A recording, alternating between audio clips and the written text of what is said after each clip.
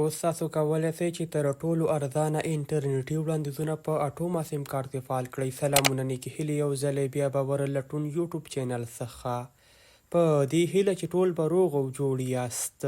بریالی احساس یم یو ځلې بیا د یوې بلې نوې ویډیو سره راغلی یم.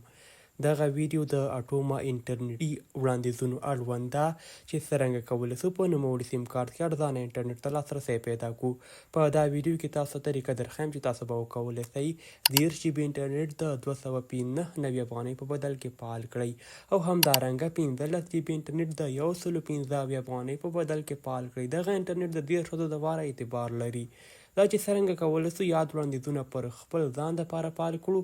په نن ویډیو کې تاسو طریقه درښیم، مګر د یاد ټاپک او یادې طریقې څخه وړاندې دا ویډیو لایک کړئ، شیر کړئ، د کامنټ په برخه کې ولیکئ تاسو په سیمه کې د اتوما انټرنیټي خدمات په 3G ډول کار کوي یا هم 4G. که مو چیرې کامنټ کړی وي راځو پر ویډیو به پیل وکړو. ښه نو ګرانو دوستانو، تر ټولو د مخه لومړنی وړاندیز موږ تاسو سره 15 جی بي انټرنیټ د 10 ښځو دپاره د 115 افغانیو په بدل کې د ورځني محدودیت 500 MB انټرنیټ سره. یعنې تاسو کولی شئ چې هره ورځ 500 MB انټرنیټ له همدې څخه وکاروئ. له هغې څخه زیات تاسو نشئ کولی چې استفاده ورڅخه وکړئ. د فعالولو دپاره تاسو راسئ د میسیج اپلیکیشن ته. تاسو به دوستانو همدغه اپلیکیشن یا همدغه برخه پر خپل موبایل کې اوپن کړئ. 666 شمیرې ته به 15 واستوئ.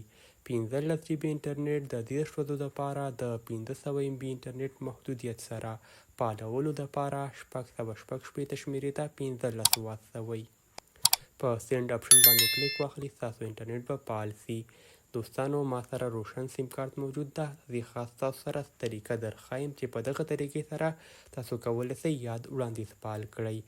دوهم وړاندیز دوستانو په دې ډول ده، مګر له هغې نه وړاندې دې ویډیو ته لایک ورکړئ، شیر کړئ او کمنټ په برخه کې ولیکئ تاسو په سیمه کې د اتوما انټرنیټي خدمات په 4G ډول کار کوي یا هم 3G. کمنټ حتمي وکړئ. اوس دوستانو راځو دوهم وړاندیز ته. 10 جی بي انټرنیټ د 10 ښځو دپاره یوازې په 299 افغانیو په بدل کې. د ګډون دپاره یو ځل بیا 666 شمیرې ته 10 واستوئ. تاسو به وکولی شئ چې یاد وړاندیز فعال کړئ خپل ځان دپاره.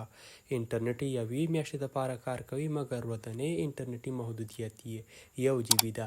تاسو کولی شئ چې له دغه انټرنیټ څخه هره ورځ یوازې 1 جی بي انټرنیټ مصرف کړئ. له هغې څخه زیات تاسو نشئ کولی چې استفاده ورڅخه وکړئ.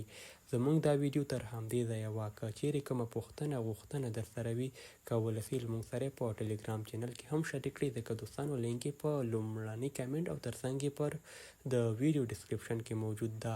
میلاویږو به پر بله ویډیو کې. تر بیا ښه وخت ښې چارې. الله مو مل شه.